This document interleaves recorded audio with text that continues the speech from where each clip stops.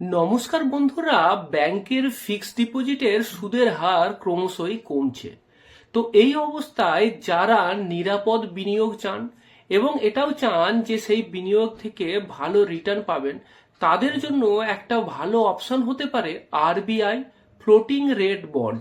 তো আজকের এই ভিডিওতে আমরা আলোচনা করব যে এই আরবিআই ফ্লোটিং রেট বন্ডেতে কারা ইনভেস্ট করতে পারবেন, এইখান থেকে কিরকম ইন্টারেস্ট পাওয়া যায়, যদি আপনি এখানে 1,00,000 টাকা জমা করেন তাহলে কত টাকা সুদ পাবেন, এই সুদটা আপনি কবে কবে পাবেন, এই আরবিআই ফ্লোটিং রেট বন্ডেতে আপনি কিভাবে ইনভেস্ট করতে পারবেন, আর আপনার যে সুদের টাকা তার উপর কোনো ট্যাক্স দিতে হবে কিনা। তো এই সমস্ত কিছুই আলোচনা করব আজকের এই ভিডিওতে ডিটেলে। সবার প্রথমে বলি যে এই আরবিআই ফ্লোটিং রেট বন্ড এটা একটা গভর্নমেন্ট ব্যাক স্কিম। আরবিআই এটা ইস্যু করে 2020 সালেতেই এই বন্ড প্রথম চালু হয়েছিল। এটাকে আপনি 100% রিস্ক ফ্রি ইনভেস্টমেন্ট অপশন হিসাবে ধরতে পারেন। এইবার আসি এলিজিবিলিটি, মানে কারা এই বন্ডে ইনভেস্ট করতে পারবে। দেখুন, যে কোনো ভারতীয় এই বন্ডে ইনভেস্ট করতে পারেন এবং HUF বা হিন্দু আনডিভাইডেড ফ্যামিলি এরাও কিন্তু এই বন্ডেতে ইনভেস্ট করতে পারবে। তবে কোনো NRI তারা কিন্তু এই বন্ডে ইনভেস্ট করতে পারবেন না। এইবার আসি এই বন্ডের মেয়াদে। এই বন্ডের মেয়াদ হচ্ছে 7 বছর, মানে আপনি টাকাটা জমা করে রাখার পর 7 বছর কিন্তু টাকাটা লক ইন হয়ে যাবে। তবে প্রতি বছর কিন্তু আপনি এই বন্ডের ইন্টারেস্টটা পাবেন, বছরে 2বার এই ইন্টারেস্টটা পাওয়া যায়। এই বন্ডেতে মিনিমাম ইনভেস্টমেন্ট 1,000 টাকা, ম্যাক্সিমাম ইনভেস্টমেন্টের কোনো লিমিট নেই। তবে ওই টাকাটা 1,000-এর মাল্টিপল বা 1,000-এর গুণিতকে হতে হবে, যেমন ধরুন 1,000, 2,000, 3,000 এইরকম। এইবার আসি এই বন্ডের ইন্টারেস্ট রেটে। এটা খুব ইম্পর্টেন্ট। এই বন্ডের নামই হচ্ছে ফ্লোটিং রেট বন্ড, মানে এই বন্ডের ইন্টারেস্ট রেটটা কিন্তু চেঞ্জ হয়। এই ইন্টারেস্ট রেট চেঞ্জ হওয়ার সূত্রটা কি? পোস্ট অফিসের NSC-র যা ইন্টারেস্ট আছে তার থেকে 0.35% বেশি ইন্টারেস্ট পাবেন। বর্তমানেতে এই জানুয়ারি থেকে মার্চ পর্যন্ত পোস্ট অফিসের NSC-র ইন্টারেস্ট রেট কত? 7.7%। তাহলে এই বন্ডের ইন্টারেস্ট রেট হবে 7.7 প্লাস 0.3, মানে 8.05%। এইবার আপনার মনে প্রশ্ন আসতে পারে, আপনি যে বললেন যে ইন্টারেস্টটা চেঞ্জ হয়, তাহলে কখন চেঞ্জ হবে? এই ইন্টারেস্টটা বছরে 2বার রিসেট হয়। প্রথম জানুয়ারির মাসের 1 তারিখে আর দ্বিতীয় জুলাই মাসের 1 তারিখে, মানে 6 মাস ছাড়া ছাড়া একবার করে ইন্টারেস্টটা রিসেট হবে। তার মানে এই নয় যে ইন্টারেস্টটা কমে যাবে, কিন্তু সেটা রিসেট হবে।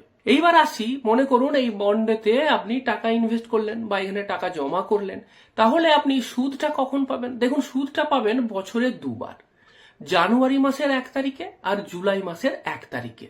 এইখানেতে সুদ ক্যালকুলেশন হয় কিন্তু সরল সুদের হারে, মানে আপনার যে প্রিন্সিপাল তার 6 মাসের সিম্পল ইন্টারেস্ট 8.05% হারে যেটা হচ্ছে সেটাই কিন্তু আপনি পাবেন। এইবার অনেকের মনে এই প্রশ্নটা আসতে পারে, যদি আমি মার্চ মাসে ইনভেস্ট করি তাহলে আমি কবে ইন্টারেস্ট পাবো? প্রথম ইন্টারেস্টটা কবে পাবো? সেটা কি মার্চ মাসের পরে 6 মাস পরে পাবো? না, ইন্টারেস্টের ডেট সেটা ফিক্স, সেটা হচ্ছে 1 জানুয়ারি আর 1 জুলাই। যদি আপনি মার্চ মাসে ইনভেস্ট করেন, মনে করুন মার্চের 1 তারিখে ইনভেস্ট করলেন, তাহলে মার্চ মাস, এপ্রিল মাস, মে মাস আর জুন মাস, তাহলে 4 মাস হলো। তাহলে 4 মাসের টাকাটা আপনি গিয়ে 1 জুলাই পেয়ে গেলেন। তারপরে আবার জুলাই থেকে পরের 6 মাসটা আবার পরের বছর জানুয়ারি মাসের 1 তারিখে পাবেন। তো হিসেবটা হচ্ছে এইরকম। এইবার আসি একটা প্র্যাকটিক্যাল ক্যালকুলেশনে। মনে করুন এই স্কিমেতে আপনি 1,00,000 টাকা জমা করলেন। তো বর্তমানে সুদের হার কত? বর্তমানে সুদের হার এই জানুয়ারি থেকে জুলাই পর্যন্ত ফিক্সড হয়ে গেছে, সেটা হচ্ছে 8.05%। তাহলে যদি আপনি 1 জানুয়ারি 2026-তে টাকাটা জমা করেন, তাহলে প্রথম কবে পাবেন? প্রথম পাবেন 1 জুলাই 2026-এ। 6 মাসের ইন্টারেস্ট কত হবে? 1,00,000 গুণিত 8.05% ইন্টু 6 মান্থ, তাহলে সেটা ক্যালকুলেশন করে কত আসছে? সেটা আসছে আপনার 4,025 টাকা। তাহলে প্রথম কিস্তিতে আপনি টাকা পাবেন 1 জুলাই 2026, সেটা 4,025 টাকা। আর পরের কিস্তিটা কবে পাবেন? আবার 1 জানুয়ারি 2027-এ। সেক্ষেত্রেও ওই ইন্টারেস্ট যদি 8.05%ই থাকে, তাহলে সেক্ষেত্রে তার ক্যালকুলেশনটা একই হবে, সেটাও হবে 4,025 টাকা।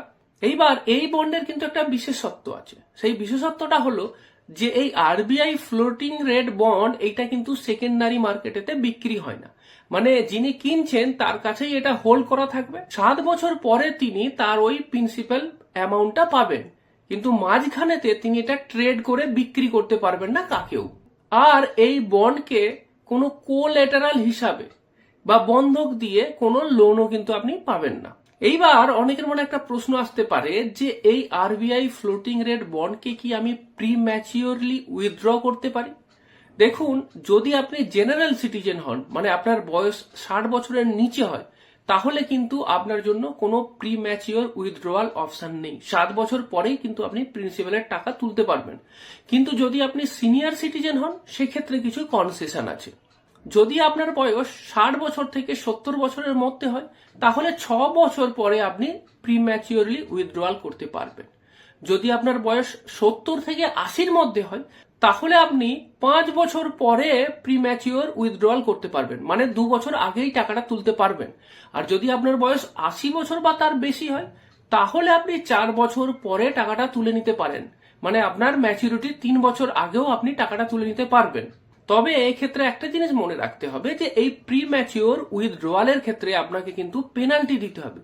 শেষ 6 মাসের যে ইন্টারেস্ট ছিল, সেই ইন্টারেস্টের উপরেতে 0.5% পেনাল্টি হবে, শুধুমাত্র শেষের 6 মাসের যে ইন্টারেস্ট তার উপরে, পুরো যে টেনিওর তার উপরে নয়। এর পরের যে প্রশ্নটা, সেটাও কিন্তু খুব গুরুত্বপূর্ণ, যে এইখান থেকে যে সুদটা আমি পাচ্ছি, সেই সুদের উপরে আমাকে কি ট্যাক্স দিতে হবে? এখানে কি টিডিএস কাটবে? এই প্রশ্নের উত্তরে বলি যে এইখান থেকে যে সুদটা পাচ্ছি, সেই সুদটা কিন্তু করযোগ্য বা ট্যাক্সেবল। অর্থাৎ এখানে ইনভেস্ট করে যে ইন্টারেস্টটা পাবেন, সেটা আপনার ট্যাক্সেবল ইনকামে যোগ হবে এবং আপনার ট্যাক্স স্ল্যাব রেট অনুযায়ী ট্যাক্স দিতে হবে। এবার যদি আপনার ইনকাম ট্যাক্সেবল না হয়, তাহলে আপনাকে ট্যাক্স দিতে হবে না। আর যদি আপনার ইনকাম ট্যাক্সেবল হয়, তাহলে আপনার কিন্তু সেই ট্যাক্স স্ল্যাবের রেটের উপরেতেই আপনার এই ইন্টারেস্টটা ক্যালকুলেশন হবে। এবার টিডিএস প্রসঙ্গে বলি যে হ্যাঁ, এখানে কিন্তু টিডিএস অ্যাপ্লিকেবল। ব্যাংকের এফডিতেও যেমন টিডিএস অ্যাপ্লিকেবল, এখানেও টিডিএস অ্যাপ্লিকেবল। তো বর্তমানে টিডিএস এর রুলটা কি? যদি বছরে ইন্টারেস্ট ইনকাম জেনারেল সিটিজেনদের ক্ষেত্রে 50,000 পর্যন্ত হয়, তাহলে টিডিএস কাটবে না। আর সিনিয়র সিটিজেনদের ক্ষেত্রে 1 লাখ পর্যন্ত হলে কাটবে না। তাহলে যদি আপনার প্রিন্সিপাল ইনভেস্টমেন্ট অ্যামাউন্ট এমন হয় যে আপনার বছরের ইন্টারেস্টটা এই টিডিএস লিমিটের নিচে থাকছে, তাহলে টিডিএস কাটবে না। আর যদি সেটা ছাড়িয়ে যায়, তাহলে আপনার টিডিএস কাটবে। এইবার এই বন্ড থেকে যে ইন্টারেস্টটা হলো, তার উপরে কিন্তু কোনো ক্যাপিটাল গেইন ট্যাক্স বেনিফিট নেই। ইকুইটি মিউচুয়াল ফান্ডে ইনভেস্ট করলে যেমন ক্যাপিটাল গেইন ট্যাক্স বেনিফিট পাওয়া যায় বা ইকুইটিতে যেমন পাওয়া যায়, এখানে কিন্তু নেই। এটাই পুরোই এফডির ইন্টারেস্ট যেমন, এর ইন্টারেস্টটাও তেমন, সেই একই রকম এখানে তো ট্রিটমেন্টটা হয়। এইবার মনে করুন আপনি আরবিআই ফ্লোটিং রেট বন্ডেতে ইনভেস্ট করতে চান, তাহলে আপনি কিভাবে ইনভেস্ট করবেন? দেখুন, ইনভেস্ট করার অনেকগুলো রাস্তা আছে।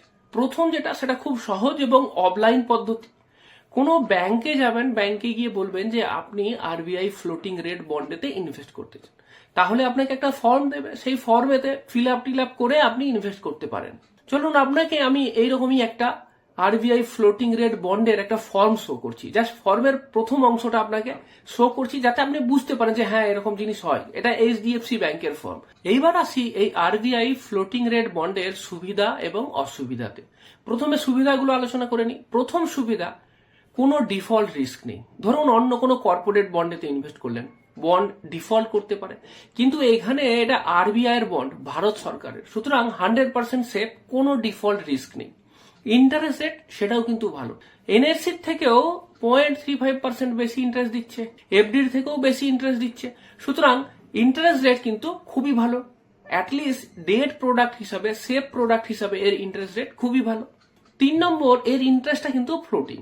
তো ফ্লোটিং হওয়ার ফলে কি হয়, যখন ইনফ্লেশন বাড়ে, তখন পোস্ট অফিসের যে সমস্ত স্মল সেভিং স্কিম আছে, তাদের রেটও বেড়ে যায়। আবার এর রেটটা তো আবার এনএসসির থেকেও বেড়ে যায়। তাহলে ইনফ্লেশনের এগেইনস্টে কিন্তু এটা একটা প্রোটেকশন দেয়। আপনি এটা ভাবুন যে বর্তমান সময়তে 6-7 বছরের টেনিওরেতে এফডি রেট কত পাবেন? 6.5, 7, 7.5 ম্যাক্সিমাম। এখানে আপনার রেট হচ্ছে 8.05%। তো রেটটা ভালো আছে। আর পরের যে অ্যাডভান্টেজ, সেটা হচ্ছে যে এর ইনভেস্টমেন্টেরও কোনো আপার লিমিট নেই। আপনি চাইলে অনেক টাকা এখানেতে ইনভেস্ট করতে পারেন। এবারে আসি এই স্কিমের কিছু ডিসঅ্যাডভান্টেজের ব্যাপারে। ডিসঅ্যাডভান্টেজ তো কিছু আছে অবশ্যই। প্রথম যেটা, সেটা হচ্ছে লক ইন পিরিয়ড। 7 বছর কিন্তু টাকাটা লক ইন হয়ে থাকছে। সিনিয়র সিটিজেনদের ক্ষেত্রে অল্প বিস্তর ছাড় আছে, সেটা তো আমি বলেইছি ভিডিওতে। কিন্তু যদি আপনি জেনারেল সিটিজেন হন, তাহলে 7 বছর কিন্তু টাকাটা আপনার ওখানেতে রাখতে হবে। এটা একটা সমস্যা। 2 নম্বর যেটা, যে এইখান থেকে যে রিটার্নটা পাওয়া যায় সেই রিটার্নটা ফুললি ট্যাক্সেবল। তবে আপনাকে বলি, সমস্ত ডেট প্রোডাক্ট, সেটা ব্যাংকের ফিক্সড ডিপোজিটই হোক, পোস্ট অফিসের প্রোডাক্টই হোক, সে সমস্ত ফিক্সড প্রোডাক্টগুলোর ম্যাক্সিমামটারই যে ইনকাম হয় বা যে ইন্টারেস্ট ইনকাম হয় সেগুলো ট্যাক্সেবলই।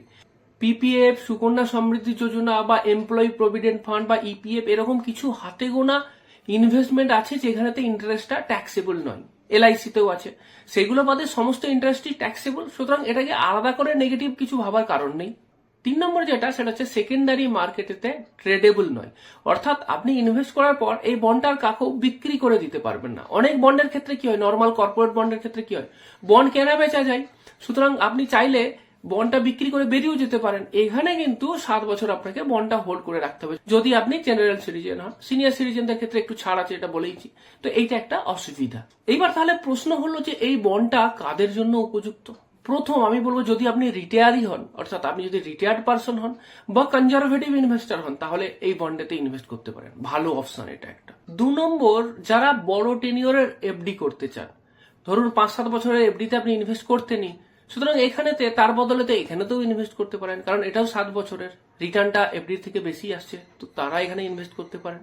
এইবার এই বন্ডটা কাদের জন্য সুটেবল নয়, যদি এমন টাকা, যে টাকাটা আপনার লিকুইড দরকার, মানে আগামী কিছু দিনের মধ্যে আপনার দরকার হতে পারে বা আপনার টাকাটা তুলতে হতে পারে, তো সেই ধরনের টাকা বা সেই ধরনের ইনভেস্টমেন্টের জন্য এটা কিন্তু নয়, এটা লং টার্মে ইনভেস্টমেন্টের জন্য। আর 2 নম্বর হচ্ছে, যদি আপনি খুব হাই ইনকাম গ্রুপেতে থাকেন, তাহলে কিন্তু কি হবে, যে এখান থেকে যে ইন্টারেস্ট আসছে সেটাও তো আসলে ট্যাক্সেবল। সেক্ষেত্রে আপনি আরো ট্যাক্স এফিসিয়েন্ট কোনো প্রোডাক্ট সেটা আপনি সিলেক্ট করতে পারেন। এইবার বাজারেতে ইনভেস্টমেন্টের কিন্তু অনেক ধরনের প্রোডাক্ট থাকে।